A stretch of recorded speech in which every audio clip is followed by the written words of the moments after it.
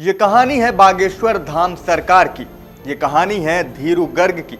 वो धीरू गर्ग जिसे दुनिया आज धीरेंद्र कृष्ण शास्त्री और बागेश्वर बाबा के नाम से जानती है। वो धीरेंद्र शास्त्री जिसके सामने बड़े बड़े नेता नतमस्तक होकर आशीर्वाद लेने के लिए लाइनों में खड़े रहते हैं। वो धीरेंद्र शास्त्री जिसके भक्तों के लिस्ट में नेता से लेकर अभिनेता तक और खास से लेकर आम लोगों तक सभी शामिल हैं। जिसके एक बुलावे पर खुद भारत के प्रधानमंत्री एक छोटे से गांव आकर उसके द्वारा बनाए जा रहे अस्पताल की आधारशिला रखते हैं। वो धीरेंद्र शास्त्री जिसका परिवार कई बार भोजन मांग कर करता था और वो आज प्राइवेट जेट में सफर करते हैं, जिनके साथ सैकड़ों गाड़ियों का काफिला चलता है भारत से लेकर लंदन तक, जिनकी एक झलक पाने और अर्जी लगाने के लिए लाखों लोग बेताब रहते हैं। और वो धीरेंद्र शास्त्री विवाद जिनके साथ साथ चलता है, उन पर कई बार गंभीर आरोप लगे, लेकिन धीरेंद्र शास्त्री ने पीछे मुड़कर नहीं देखा। लेकिन यह सब कुछ अचानक नहीं हुआ। धीरू गर्ग पंडित धीरेंद्र कृष्ण शास्त्री कैसे बने और कैसे उन्होंने ये सब हासिल किया, जानेंगे आज के इस खास एपिसोड में। इस वीडियो में हम आपको धीरेंद्र शास्त्री पर ऐसे खुलासे करेंगे जिनके बारे में आपने पहले शायद ही कभी सुना हो, इसलिए वीडियो को अंत तक जरूर देखिएगा। नमस्कार, मेरा नाम शिवम द्विवेदी और आप देख रहे हैं अमर उजाला। धीरेंद्र कृष्ण शास्त्री की कहानी ठीक से समझने के लिए आपको थोड़ा पीछे जाना पड़ेगा। साल था 1996 और तारीख थी 4 जुलाई। मध्य प्रदेश के छतरपुर जिले के एक छोटे से गांव गढ़ा में रामकृपाल और सरोज के यहाँ एक बेटे का जन्म होता है, जिसका नाम रखा जाता है धीरेंद्र। रामकृपाल पूजा पाठ करके अपने परिवार का भरण पोषण करते थे। परिवार की आर्थिक स्थिति बेहद तंग थी। हालात ये थे कि कई बार भोजन की भी समस्या खड़ी हो जाती थी और तब गांव के लोग उस ब्राह्मण परिवार की मदद करते थे।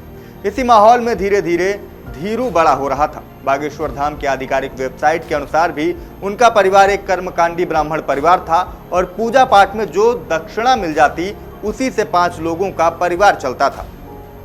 इस बीच रामकृपाल की 2 संतानें और हुई, रीता गर्ग और शालिग्राम गर्ग। कुछ समय बाद जब धीरेंद्र की उम्र स्कूल जाने की हुई तो उनका दाखिला गांव के ही एक सरकारी स्कूल में करा दिया गया। लेकिन धीरेंद्र का मन पढ़ाई लिखाई में ज्यादा नहीं लगता था। वो कक्षा का एक औसत छात्र था, यानी ना तो बहुत अव्वल और ना ही बहुत कमजोर। उनके गांव के लोग बताते हैं कि बचपन से उनका मन पूजा पाठ में लगने लगा था और वो स्कूल से निकलकर अक्सर अपने दादा के पास मंदिर पहुंच जाया करते थे। कई बार उन्होंने अपने बयान में इसका जिक्र भी किया है। उनके पास आज जो कुछ भी है वो सन्यासी बाबा और उनके दादा गुरु की कृपा है, ये उन्होंने कई बार अपने कथा के दौरान भी कहा है। सन्यासी बाबा उनकी 5वीं पीढ़ी के सन्यासी थे और दादा गुरु उनके सगे दादा। उन्हीं के सानिध्य में उन्होंने धार्मिक शिक्षा ली। 9 साल की उम्र से ही वो उनके साथ हनुमान जी की पूजा पाठ करने लग गए थे, पूजा पाठ की विधियां सीखने लगे थे। उनके गांव के लोग बताते हैं कि धीरे धीरे धीरेंद्र शास्त्री के परिवार की हालत और खराब होती जा रही थी, जिसके बाद एक दिन धीरेंद्र शास्त्री अपने दादा के पास पहुंचते हैं और उनसे कहते हैं कि आप सभी का भविष्य बताते हैं पर अपने परिवार की हालत क्यों नहीं देखते, आखिर हमारी परिस्थितियां कब सही होंगी। जिसके बाद उनके दादाजी ने उन्हें रात में आने के लिए कहा। जब धीरेंद्र शास्त्री रात में अपने दादा के पास पहुंचते हैं तो वो उन्हें एक सूत्र देते हैं और जीवन भर के लिए उन्हें बालाजी से जोड़ दिया जाता है। कहा जाता है इसके बाद ही वो भगवान के प्रति समर्पित हो गए और उन्हें एहसास होने लगा कि कोई शक्ति है जो उन्हें पहले ही आकर ये बता देती है कि सामने वाले के मन में क्या है और वो क्या बोलना चाहता है। अभी तक सब कुछ सामान्य था, लेकिन अचानक एक दिन धीरेंद्र बिना किसी को बताए कहीं गायब हो जाता है और 1 साल तक उसका कोई सुराग नहीं मिलता। लेकिन जब साल भर बाद वो लौटा तो अब कहानी बदल चुकी थी। लोगों ने जब पूछा तो उसने कहा कि दादा गुरु मेरे सपने में आए थे और अज्ञातवास में जाने के लिए कहा था और इसलिए मैं साल भर अज्ञातवास में था। धीरेंद्र शास्त्री के गांव के लोग कहते हैं कि वापस आने के बाद धीरे धीरे परिस्थितियां बदलने लगी और यहीं से धीरेंद्र गर्ग के पंडित धीरेंद्र कृष्ण शास्त्री बनने की कहानी शुरू होती है। धीरे धीरे धीरेंद्र शास्त्री के पास विधायकों और स्थानीय नेताओं का आना शुरू हुआ। शुरुआत में स्थानीय कांग्रेस नेताओं ने धीरेंद्र शास्त्री को खूब तवज्जो दी।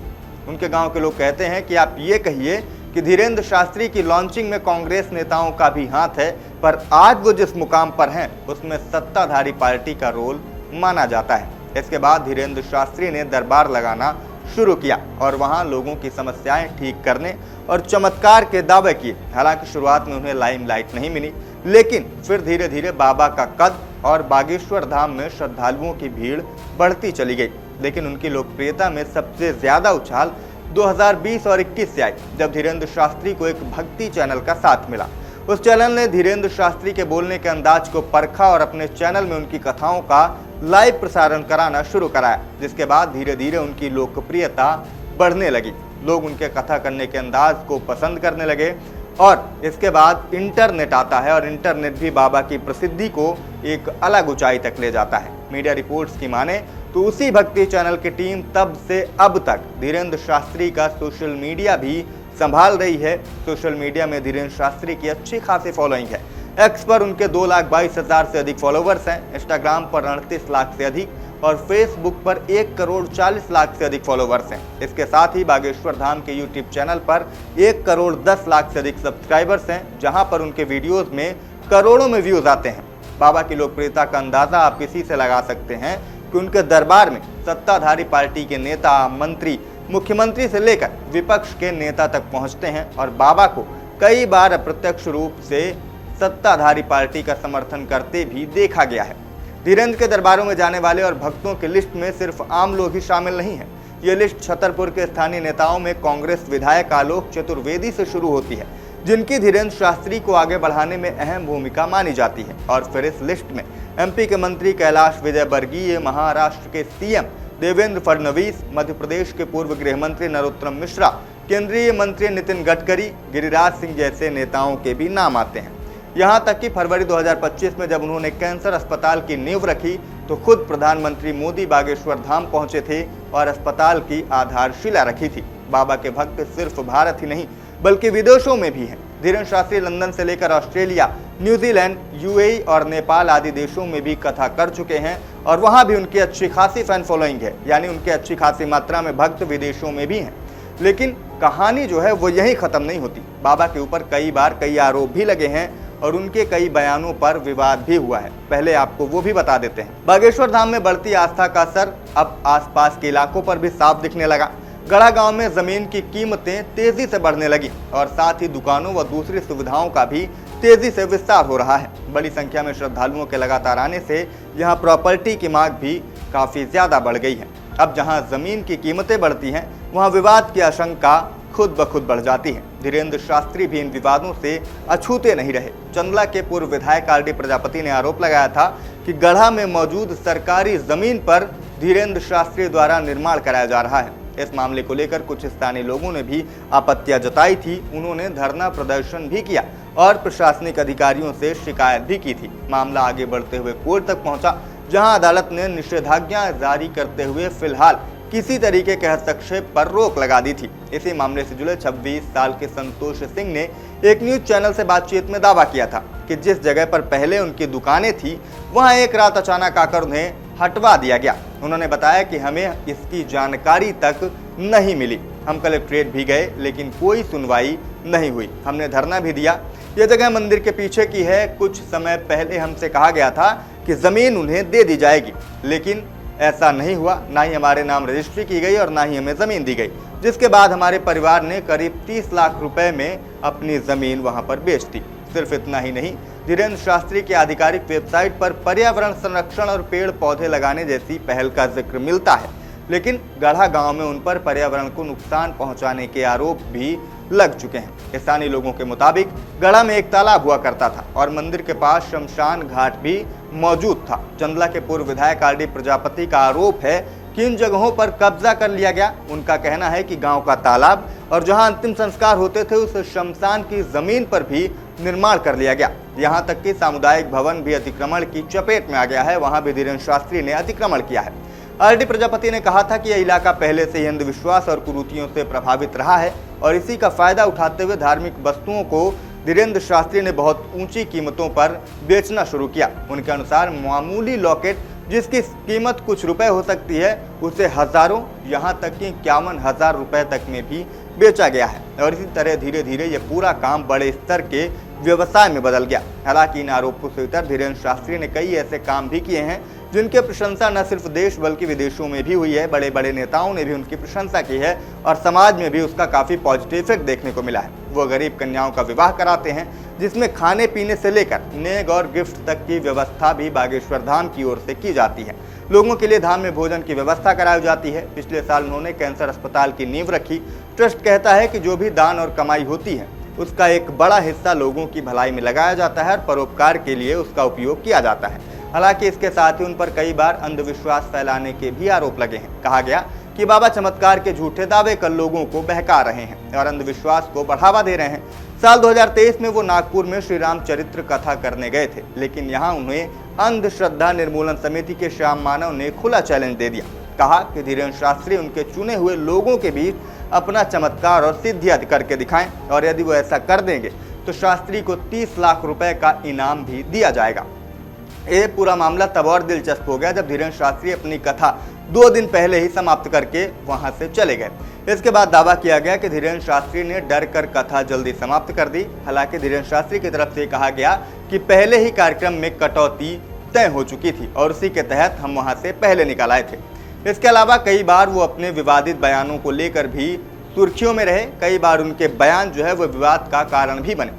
एक बार उन्होंने संत तुकाराम और उनकी पत्नी पर टिप्पणी कर दी थी और कहा था कि उनकी पत्नी उन्हें रोज डंडे से मारती थी, जिसके बाद महाराष्ट्र में वारकरी संप्रदाय और अन्य संगठनों ने इसका भारी विरोध किया था। जिसके बाद उन्होंने सफाई देते हुए इस मामले पर अपनी बात रखी थी और फिर माफी मांगकर पूरा मामला जो है वो रफा दफा किया था। लव जिहाद के मुद्दे पर बात करते हुए एक बार उन्होंने नागपुर में ही महिलाओं को संबोधित किया और कहा कि कुछ भी बन जाना, बस बुर्के वाली मत बनना। उन्होंने इसे देश के लिए एक धीमा जहर बताया, जिस पर सोशल मीडिया और राजनीतिक स्तर पर काफी ज्यादा बहस छिड़ गई थी। इसके बाद इस विवाद से भी उन्होंने माफी मांगते हुए पल्ला झाड़ा था।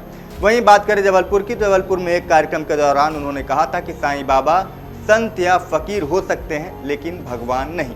उन्हें गीदड़ की खाल में शेर की कहावत से भी जोड़ा था, जिस पर देश भर में साईं भक्तों और शिरडी संस्थान में नाराजगी जताई गई थी। बाद में विवाद बढ़ता देख उन्हें इस पर खेद व्यक्त किया और अपने शब्द वापस लिए थे। और अभी हाल ही की बात करें तो बागेश्वर बाबा अभी भी सुर्खियों में है। बागेश्वर बाबा के बयानों से बवाल मचा हुआ है। हाल ही में नागपुर में एक कार्यक्रम के दौरान उन्होंने पहले हिंदुओं से 4 बच्चे पैदा करने की अपील की और फिर कहा कि 4 बच्चे पैदा कर उनमें से एक बच्चे को आरएसएस को समर्पित कर देना चाहिए। जिसके बाद राजनीतिक सरगर्मियां तेज हो गई और काफी तीखी प्रतिक्रियाएं मिलने लगी। इस बयान पर भी उन्होंने सफाई दी और कहा कि उनका जो उद्देश्य था वो केवल राष्ट्रहित था, किसी एक संगठन तक उनका बयान सीमित नहीं था। उसी भाषण में उन्होंने एक और बात छत्रपति शिवाजी महाराज पर कर दी, जिसको लेकर महाराष्ट्र में काफी बवाल हुआ। नागपुर के उसी कार्यक्रम में उन्होंने छत्रपति शिवाजी महाराज और समर्थ रामदास स्वामी के संबंधों को लेकर एक कथा सुनाई, जिसे इतिहासकारों ने तथ्यात्मक रूप से गलत बताया और इस पर अभिनेता रितेश देशमुख और कई मराठा संगठनों ने कड़ा विरोध जताया था। यहां तक कि उनके पोस्टर जलाए गए, उनके पोस्टर पर चप्पलें मारी गई। जिसके बाद धीरेन्द्र शास्त्री ने मीडिया के सामने आकर खुद माफी मांगी थी। आपको बता दें कि वो जो करते हैं उसे वैज्ञानिक भाषा में मेंटलिज्म या माइंड रीडिंग कहा जाता है। एक माइंड रीडर हैं सुहानी शाह, वो यूट्यूबर हैं। उन्होंने भी कई बार ये आरोप लगाए हैं कि धीरेन्द्र शास्त्री को जो है वो स्ट्रिक्ट कहना चाहिए, इसे उन्हें चमत्कार नहीं बताना चाहिए। उन्होंने कई बार ये कहते हुए निशाना साधा और कई बार वो करके भी दिखाया है जो बागेश्वर बाबा अपने धाम में करते हैं और उसे चमत्कार बताते हैं। तो ये थी कहानी बागेश्वर बाबा के धीरू गर्ग से धीरेन्द्र शास्त्री बनने की। उम्मीद है वीडियो आपको पसंद आया होगा और बागेश्वर बाबा की शुरुआत से लेकर अभी तक की कहानी आपको समझ आ गई होगी। फिलहाल आप क्या कहेंगे बागेश्वर बाबा को लेकर और वो जिन चमत्कारों के दावे करते हैं उनको लेकर कमेंट करके हमें जरूर बताइएगा। मेरा नाम शिवम द्विवेदी है। देखते रहें अमर उजाला। आपके राज्य की खबरें, आपके शहर की खबरें सबसे पहले जानने के लिए देखते रहें अमर उजाला। चैनल को सब्सक्राइब जरूर कर लें और पाएं हर अपडेट।